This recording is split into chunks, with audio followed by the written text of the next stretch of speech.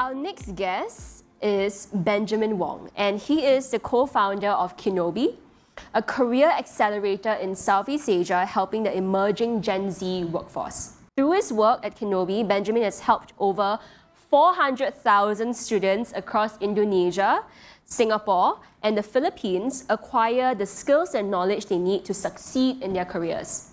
He has been recognized as one of Forbes 30 Under 30 2022 in Asia, and he has been a self-starter since a young age. From starting the school choir in primary school, to being the co-founder of the mentoring circle in university, and starting his first startup in fintech out of junior college. Benjamin will share his story along with tips on how building and scaling a business as a young entrepreneur is like, and the importance of mentorship, critical thinking, and prioritizing different areas of life.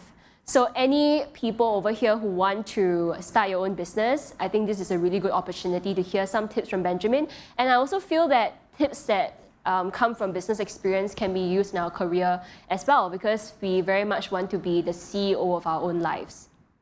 Right? Right? Yes. So without further ado, can you put your hands together for Benjamin? Oh, what nice happy music. Yay! Thanks for being here with us. Hey, nice to meet you. Benjamin, you're very busy, you know. I'm okay. I think I'm glad to be here. Okay, can you introduce yourself? I've once again said a very nice introduction for you, the amazing work you have done. But yeah, maybe give us a little bit of a personal self-introduction. Yeah, thanks much, Ray. Hi everyone, my name is Ben. I am the co-founder and I play the CEO role in Kinobi. It's been quite an interesting journey so far. I would say that just a short thing about myself is that when I was in junior college, I started my first business, and I still remember taking my H1 project work thing, and then I put it into a business. Yeah, so it was called Card-Y, Cardi, and it's supposed to combine. What's the name again? Card-Y. Oh. Yeah. So we're supposed to combine all the cards in your wallet together into one application. So I went to pitch to the senior vice president of cards at DBS, and he was very impressed. He was like, yeah, okay, let's just try to do something, right? And then because this was before PayLah and PayNow, then he said, then after that I said, you know what, I just don't just want to work with DBS, I want to combine the UOB and OCBC as well. And he's like, oh my gosh, like I'm not doing that. And then yeah, so in the end, it didn't take off. Duh. Yeah, and then he was like, how old are you again? And I was like, I'm 17. Yeah. And then he's like, you should be studying for A-levels. Yeah, so. Seriously, he said that to you? Yeah, so that's a very short bio about me that not many people know. Yeah. That is interesting. Yeah. Do you regret saying that to him? Saying the thing to him? The UOB thing? I don't think so. I think eventually now they have it, right? They have the QR code. Yeah. But I guess they require some API as well, which eventually they did. You saw through on how the future looks like. In a way, yes. 10 years too early. 10 years too early. Interesting. Now we know. Okay, the first question I would like to ask you is, how does a career you're proud of look like to you? Yeah, I think a very important question that I think I was listening to Geraldine answer this question as well. I think what really is something that you want to be proud of at the end of the day is something where I would say that you can be yourself. Yeah, I think that's the most important. I think that beyond what other people actually think that your career should be, it should be something that you in the moment you actively choose that, right? So, but of course, not everyone has that privilege. Some people they don't get into the careers, into the things that they are interested in, and that's fine. But it's more about like how do you actually take active steps to actually go there. So I think really it just starts with that huge fundamental, and on that point itself, what's important that I've seen is that you don't want to compare with others, because I think at the end of the day, right, like life is, in some way, life is a bit like a race. Yeah, but self-comparison though, I mean, I would take a guess that at least one point in our life, we have compared ourselves with the person beside us, the person above us, even the person below us, right? At every point in our life, we probably compared with someone before. It's hard to not compare. But how do you not? Like, what do you tell yourself when you find yourself in that comparison mode? Yeah, I think what's important when you try to compare is you tend to feel as if like you're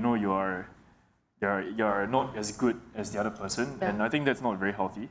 I think what's more important is really to find for yourself that every one of you here, you have a unique thing that you have for yourself, and focusing on that is more important than trying to find a comparison.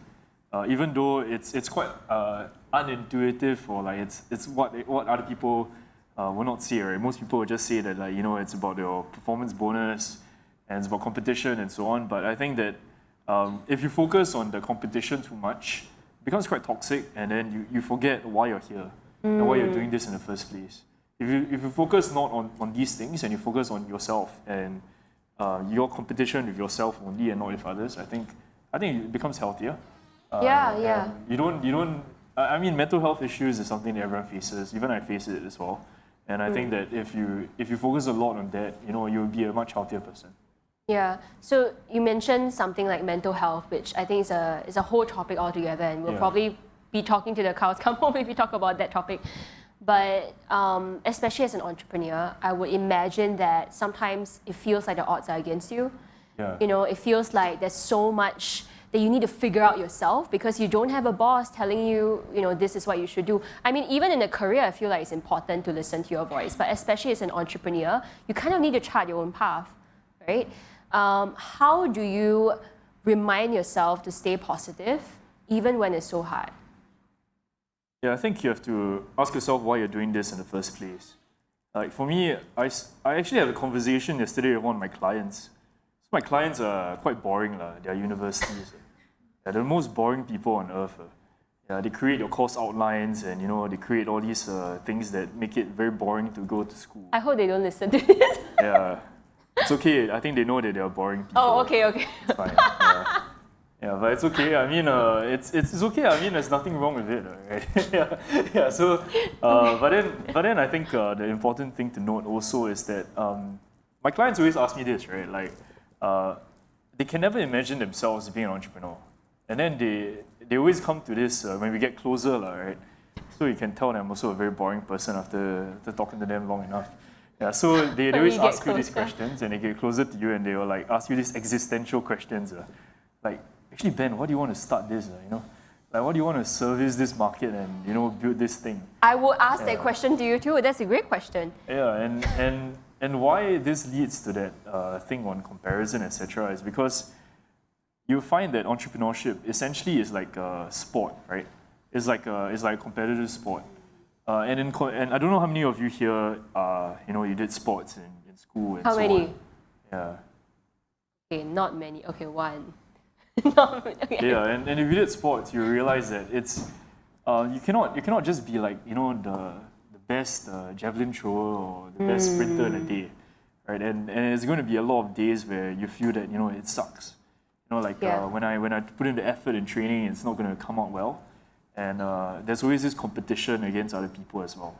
Innately, right? Because that's what people compare you against. But in that process itself, I'm always reminded that it's actually because I love the sport. That's why I'm playing it every day. And I love the energy. I love doing this. I love providing that service to people.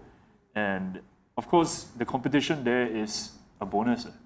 You feel the high when you win, right? But you also should feel the high when you are actually being engaged in the thing day by day. So I think that was what I shared with the university staff. Yeah. So, but I encouraged him to pick up the sport as well. Yeah. That's a good point. Like remembering why you started in the first place. Yes, correct. Not many people will believe this, right? But I was actually in school rugby before, like contact rugby. I don't look like it, right? I'm really not an exercise person. One of my friends was like, "Hey, do you want to join rugby with me?" And I just said, "Okay." And I didn't think it would be that bad. I had to run so much. I was in contact rugby. And I'm really not an exercise person. Okay, I should probably stop saying that. It's counterintuitive.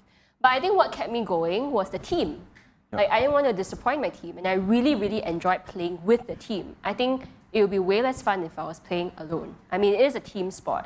But I think that also brings us to the conversation of the importance of the people around us. Yeah. And I think one thing that, Ben, you write a lot about is the power of mentorship. And we had this during our conversation as well.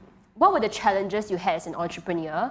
And was mentorship something that helped you along your entrepreneurial journey?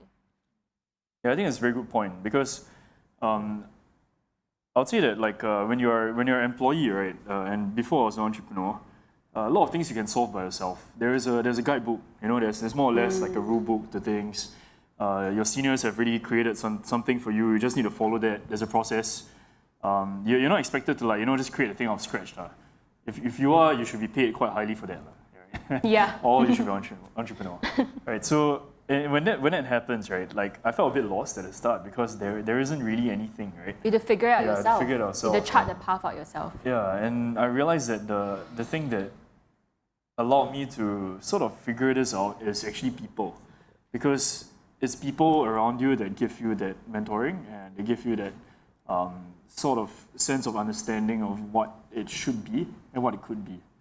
And that allowed me to really understand a bit more about how, if I take certain steps, this is probably how it could look like. And you still don't have the answers, right? It's not like mathematics or science or any of the subjects you study in school or like even at work where, if you know that you finish this process, you do this job well, it leads to this result. Well, in entrepreneurship, we really don't have any of that. So then it really, the mentoring part becomes especially important because they give you the range of possibilities that could happen.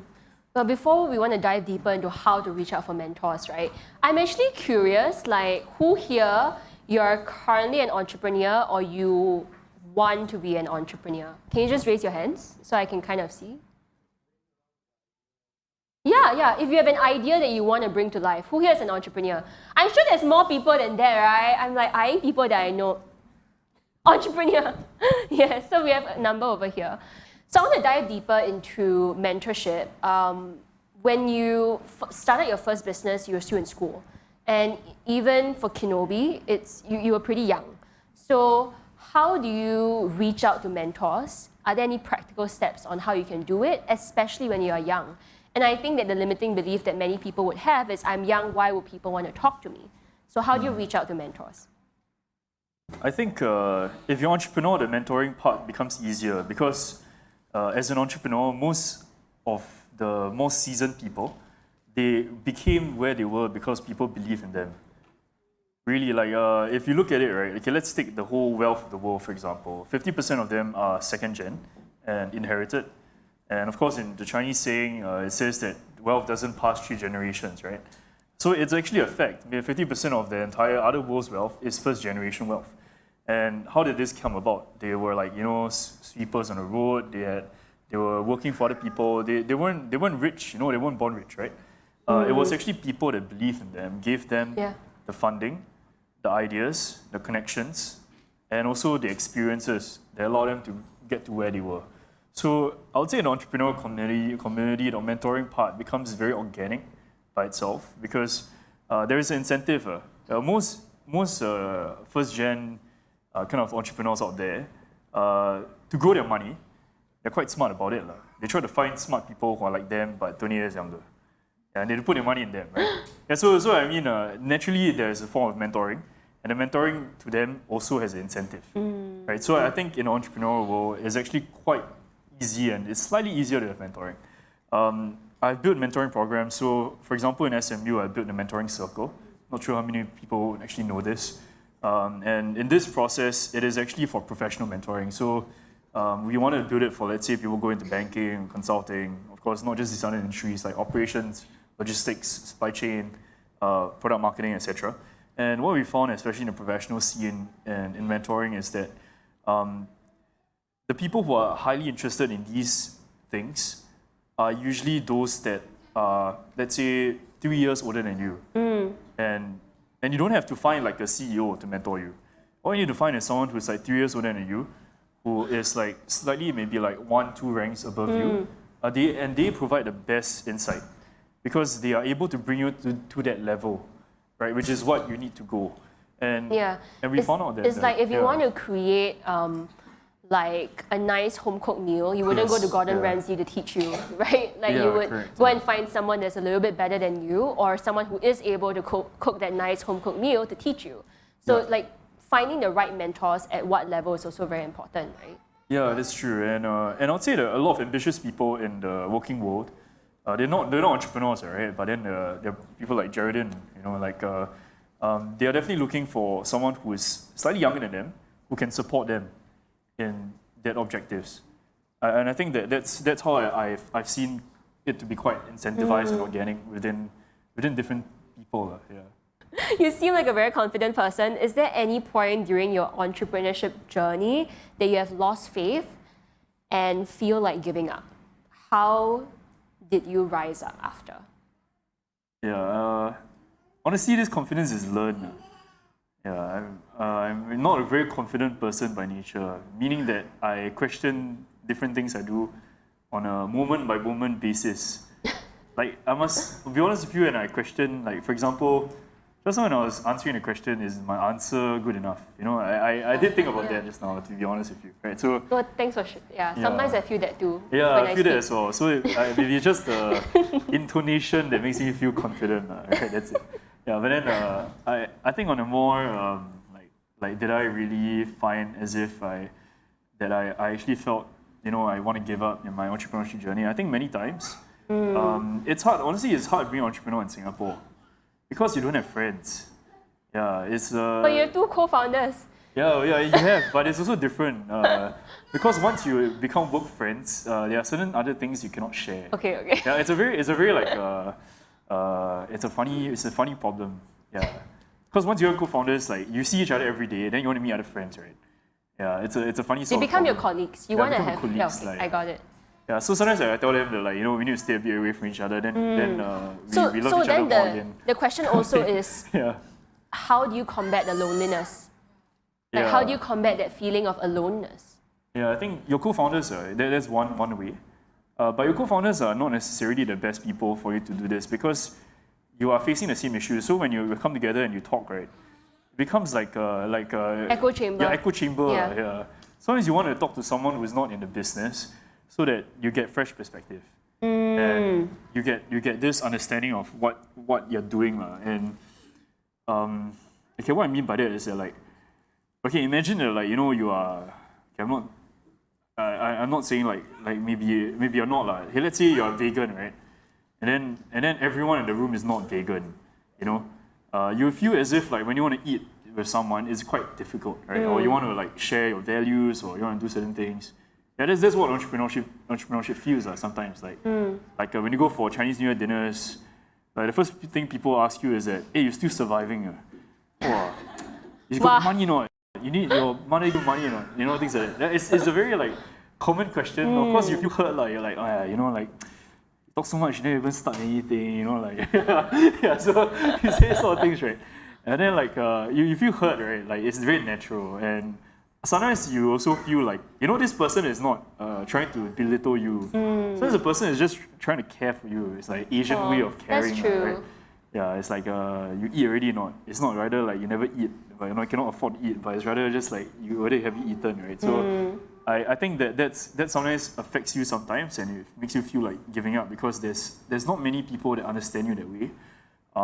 And I would say that within entrepreneurship, right, it's not like vegans. Like, maybe the vegans, they'll come together and then they're like, hooray, you know, like let's do this together, and then let's hug the tree, or they do various activities, right? As vegans, I've seen some friends who are vegans. That's interesting. Yeah, but as entrepreneurs, sometimes, like, the bad thing is that when everyone hits a rut, everyone just wants to solve their own problem first. Yeah, it's like you cannot help another person if you're trying to solve your own thing. Yeah, so You're in survival mode. Yeah, survival mode. So I think we did hit a few of these things before, and I would say that it feels terrible. Like, it feels like pretty shitty, right?